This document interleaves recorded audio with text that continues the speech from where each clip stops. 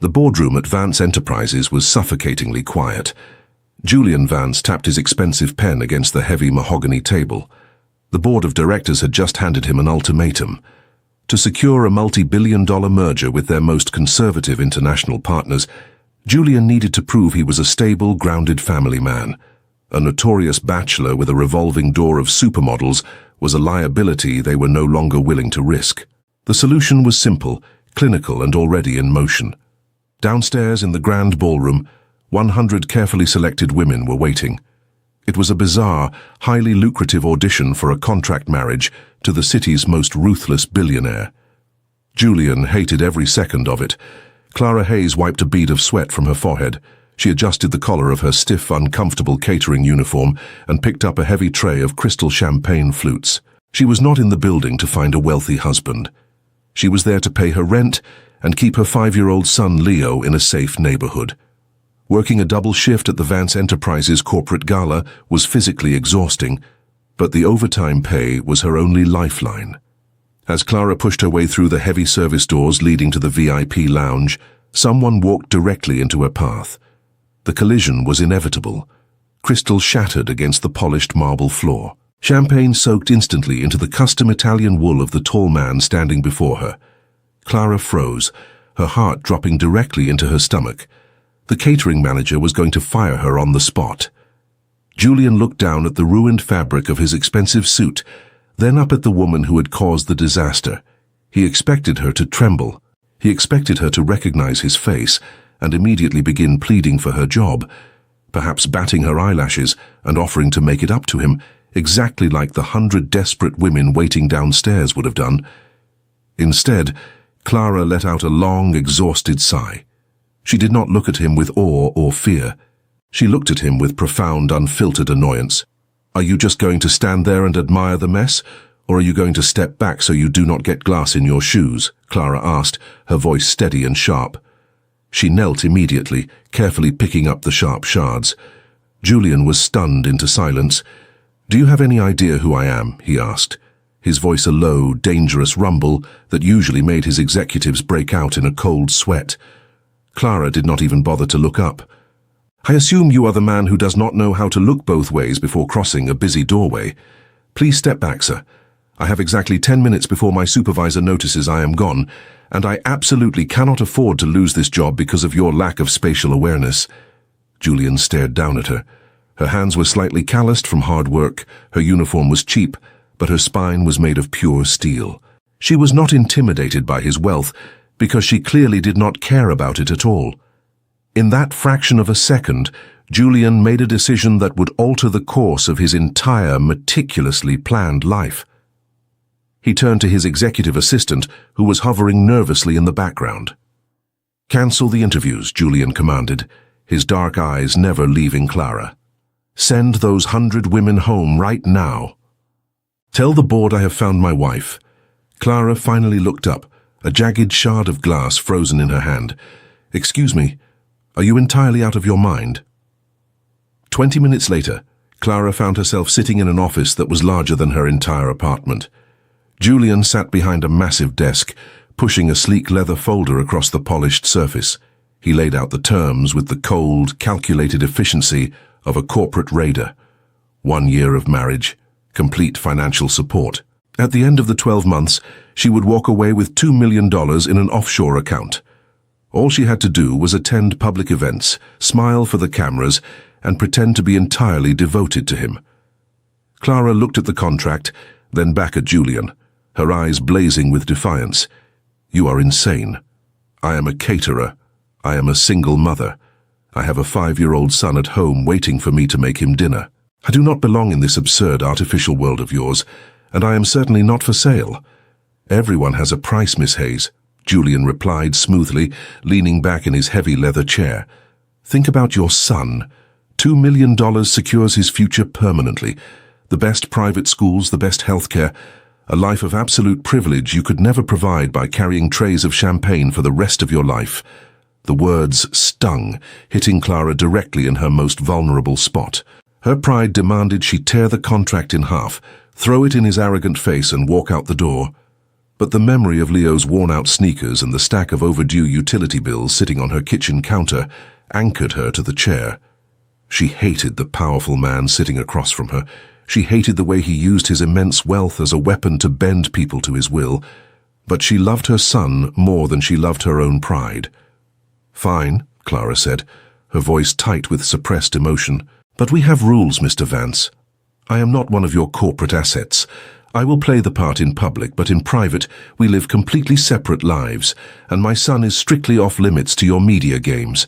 If you agree to that, I will sign your ridiculous paper." Julian's lips curved into a faint, challenging smile. He had expected her to negotiate for designer clothes, expensive jewelry, or luxury cars. Instead, she was drawing firm battle lines. "Agreed," he murmured. The wedding took place exactly 3 days later in a sterile, echoing judge's chamber. There were no flowers, no romantic music, and absolutely no warmth. Clara wore a simple, modest dress she already owned, having deliberately ignored the boxes of designer gowns Julian had sent to her tiny apartment. Standing beside them was Julian's mother, Eleanor Vance. The older woman glared at Clara with undisguised disgust, her sharp eyes darting to the simple gold band being slipped onto Clara's finger. "You are making a catastrophic mistake, Julian," Eleanor hissed venomously as they walked out of the courthouse. "A woman from the slums, a woman carrying another man's child. She will drag the pristine Vance name through the mud. She is nothing but a common gold digger, looking for an easy life." Clara stopped walking abruptly. She turned to face Eleanor, her posture perfectly straight and her chin held high. "Mrs. Vance, I can assure you that I have absolutely no interest in your family's gold. I am here to fulfill a business contract, nothing more. Your son is entirely safe from my affections." Julian felt a strange, sudden twist in his chest at her cold words, a spark of unexplainable irritation that he quickly pushed down. He placed a heavy, possessive hand on Clara's lower back, guiding her away from his mother and toward the waiting limousine. Their arrival at Julian's sprawling penthouse that evening marked the true beginning of their silent war. The massive apartment was a fortress of glass and steel, breathtakingly beautiful but entirely devoid of life and warmth. Julian's staff had already moved Clara's few meager belongings, along with Leo's toys, into the vast space. Julian pointed down the long, shadowed hallway. "The master suite is on the left. I have had a smaller adjacent room prepared for your son so he can be close to you." Clara shook her head, gripping the handle of her cheap duffel bag before the hovering butler could take it from her. "No, Leo and I will take the guest rooms on the completely opposite end of the apartment. I meant what I said about separate lives, Julian. You are my wife now, Clara," Julian warned, stepping dangerously close. His towering presence usually made people shrink away in intimidation. "There are appearances to maintain, even in front of my own staff." Clara did not back down an inch. She looked straight up into his dark, calculating eyes, refusing to show even a flicker of fear. "I am your employee, Julian. Do not confuse a signed piece of paper with reality. Good night." As Clara walked away down the hall holding her head high, Julian realized with a sudden sharp clarity that he had completely underestimated the woman he had just married. He had hired a wife to solve a simple corporate problem. Instead, he had brought a fierce, uncontrollable storm into his perfectly ordered world, and for the very first time in his life, Julian Vance had no idea how to control it. If this story touched your heart, share it with someone who needs to hear a good story of love and resilience. Make sure to subscribe to the channel to follow the next chapters of this journey. We will see you in the next part. The weeks inside the glass fortress of the penthouse turned into a delicate, fragile dance of avoidance and quiet tension. Julian Vance was a man accustomed to absolute obedience, yet every single day he found himself bewildered by his new wife. Clara refused to touch the black credit cards he left on the marble foyer table. She continued to wear her own simple clothes, ignoring the high-end boutiques that delivered boxes of seasonal couture to their door. Instead, she focused entirely on creating a semblance of normal life for 5-year-old Leo, within the sterile, echoing walls of the penthouse. One Tuesday evening, the fragile peace shattered completely. Julian returned home late from a punishing series of international board meetings, his mind exhausted and his temper frayed. As he walked through the expansive living room, he found Leo sitting quietly in the corner, carefully building a tall tower out of plain wooden blocks. Clara was in the open kitchen, quietly humming a soft melody while preparing a simple bowl of soup. Julian unbuttoned his silk tie, his posture rigid as he looked down at the child.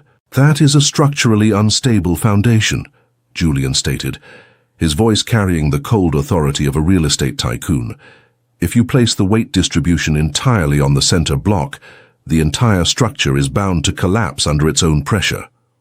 Leo looked up with wide, innocent eyes blinking at the tall, intimidating man. "It is just a tower, mister. It stays up if you do not knock it down." Before Julian could offer another clinical critique of the boy's architecture, Clara stepped out of the kitchen, wiping her hands on a simple cloth. Her eyes were flashing with quiet fury. "Leave him alone, Julian. He is 5 years old, not a junior partner at your firm. Not everything in this world needs to be calculated, optimized, or subjected to your ruthless stress tests." Julian turned his gaze from the child to his wife. Her hair was pulled back in a loose, messy bun, a smudge of flour dusted across her cheek, yet she stood with an unshakable dignity that made his chest tighten in a way he absolutely despised. "I was simply teaching the boy logic, Clara, something he is going to need if he intends to survive in a world that eats the weak alive." "Leo does not need to survive your world," Clara shot back, stepping directly into Julian's personal space, refusing to yield an inch of ground. "He needs to be a child. Something you clearly forgot how to do a very long time ago." Julian opened his mouth to deliver a scathing retort, but the words died in his throat. He looked at Clara, really looked at her, at the fierce, protective mother who worked herself to exhaustion to protect her son, and who looked at him not with awe but with a profound, aching pity. The realization hit him with sudden, jarring force. He was surrounded by millions of dollars, luxury, and absolute power, yet standing in that quiet kitchen with Clara and her son was the first time his sprawling penthouse felt even remotely like a home. Without another word, Julian turned sharply on his heel and walked down the long hallway to his private study, slamming the heavy mahogany door shut behind him. The forced proximity, however, began to crack their frozen armor in unexpected ways. Days later, a torrential summer thunderstorm battered the city windows, plunging the high-rise into a dramatic display of flashing lightning and rolling thunder. Clara had always hated severe storms, a lingering trauma from a childhood night she desperately tried to forget. Curled up on the edge of the living room sofa after putting Leo to sleep, Clara jumped violently as a jagged bolt of lightning fractured the dark sky, followed immediately by a deafening crash of thunder that rattled the floor-to-ceiling windows. A sharp gasp escaped her lips, and she pulled her knees tightly to her chest. A moment later, the heavy oak study door clicked open. Julian walked out into the dim light. He had discarded his suit jacket, his crisp white shirt sleeves rolled up to his forearms, revealing the strong, muscular lines of his arms. He had heard the crash and expected to find Leo awake, but instead found Clara shivering against the cushions, her usual iron exterior completely vanished. "You are shaking," Julian observed softly, his voice stripped of all corporate coldness as he walked across the polished floor. "I am fine," Clara whispered, her voice uncharacteristically small as she stared down at the floor, desperately trying to reassemble her defenses. "Just a storm." Julian did not mock her. He did not issue an order or offer a condescending solution. Instead, he walked quietly into the kitchen, returning moments later with a simple ceramic mug of hot tea, brewed exactly the way she preferred it from the brief glimpses he had caught of her morning routine. He placed it gently on the small table beside her, and then, to Clara's utter astonishment, he sat down on the opposite end of the oversized sofa. "You do not have to pretend to be made of steel every single second of the day, Clara," Julian murmured, his dark eyes studying her with an intensity that felt entirely too intimate. "I know this world is overwhelming for you. I know you hate the cameras, the galas, and the artificial life I dragged you into." Clara looked at him, the vulnerability in her eyes catching Julian entirely off guard. "You bought me, Julian," she said, her voice trembling slightly with a mixture of old pain and fresh exhaustion. "You think money solves everything, but you cannot buy peace of mind. You cannot buy a genuine smile. And you certainly cannot buy the life I had to leave behind. Julian reached out slowly, his fingers hesitating for a fraction of a second before gently brushing a stray lock of hair away from her face. His touch was warm, deliberate, and entirely devoid of the arrogance that usually defined him. "Then let me try to give you something better," he whispered, his voice dropping to a low, gravelly register that sent a sudden electric shiver straight down Clara's spine. Before Clara could process the dangerous pull drawing them together, the shrill ring of Julian's private mobile phone shattered the heavy, charged silence of the room. Julian pulled the device from his pocket, his expression instantly hardening as he glanced at the glowing screen. The caller ID displayed the name of Vanessa Sterling, his calculating, ambitious ex-fiancée, who had spent the last 3 weeks aggressively attempting to orchestrate a public reunion behind Clara's back. Julian silenced the phone immediately and tossed it onto the coffee table, refusing to look away from Clara's eyes. But the brief interruption was enough to break the spell. Clara pulled back abruptly, sliding off the sofa and standing up with a stiff, guarded posture. "You should answer your phone, Mr. Vance," Clara said, her voice dropping back into its icy, professional tone. "Your friends in high places might think you are actually neglecting your social obligations." Julian stood up, a deep frown carving lines of frustration into his face. "That woman means nothing to me, Clara." "It does not matter what she means to you, Julian," Clara replied, her chin lifting defiantly as she turned toward the hallway. "We have a contract. Nothing more. Remember that." As Clara walked away into the shadows of the corridor, leaving Julian standing alone in the dimly lit living room, the billionaire realized with a chilling certainty that the walls he had built around his heart were crumbling. But just as he was finally beginning to understand the depth of his feelings for his fierce, independent wife, the dark shadows of his past were closing in. Across the city, Vanessa Sterling was putting the final touches on a devastating public scandal designed to tear Clara's life apart piece by piece, unaware that an even darker secret was about to come to light. If this story touched your heart, share it with someone who needs to hear a good story of love and resilience. Make sure to subscribe to the channel to follow the next chapters of this journey. We will see you in the next part. The highly anticipated Vanguard Charity Gala was the crown jewel of the city's social calendar. It was also the perfect stage for Vanessa Sterling to execute her final devastating move. For weeks, Vanessa had employed a team of private investigators to dig into Clara Hayes' past, desperate to find the fatal flaw that would annul the contract marriage and restore Vanessa to Julian's side. What she found was far more explosive than simple poverty. As Julian and Clara descended the grand staircase of the ballroom, cameras flashed like a tempest of white light. Clara wore a deep emerald gown that Julian had quietly left on her bed, a peace offering she had finally accepted. She looked breathtaking, her chin held high, projecting a quiet strength that made the city's elite whisper in awe. Julian kept his hand firmly on the small of her back, the heat of his touch sending a reassuring wave through her tense muscles. Just as Julian stepped up to the podium to deliver his opening address, the massive digital screens behind him flickered.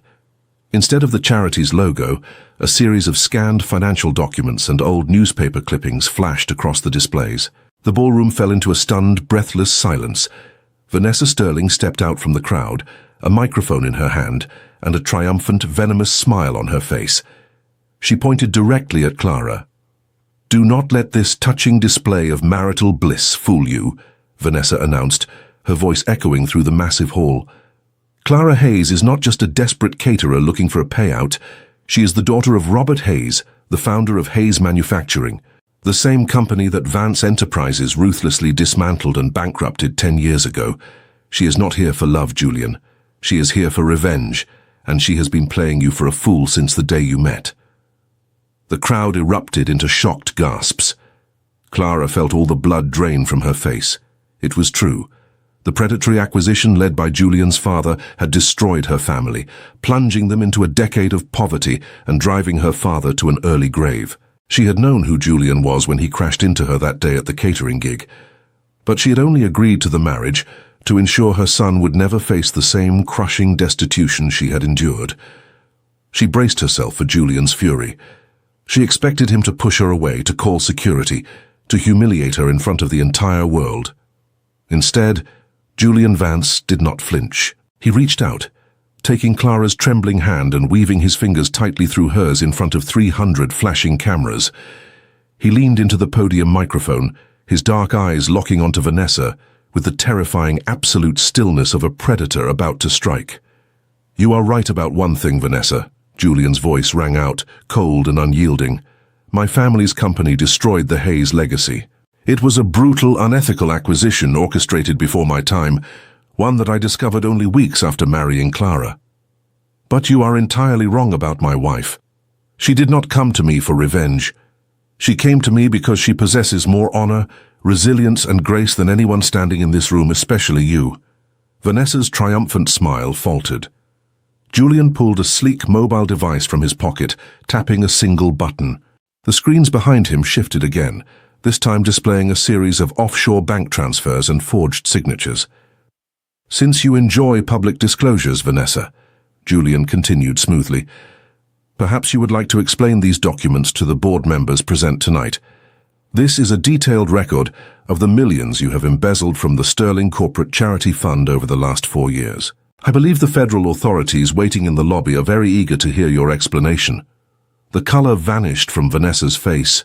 The murmurs in the crowd turned to shouts of outrage.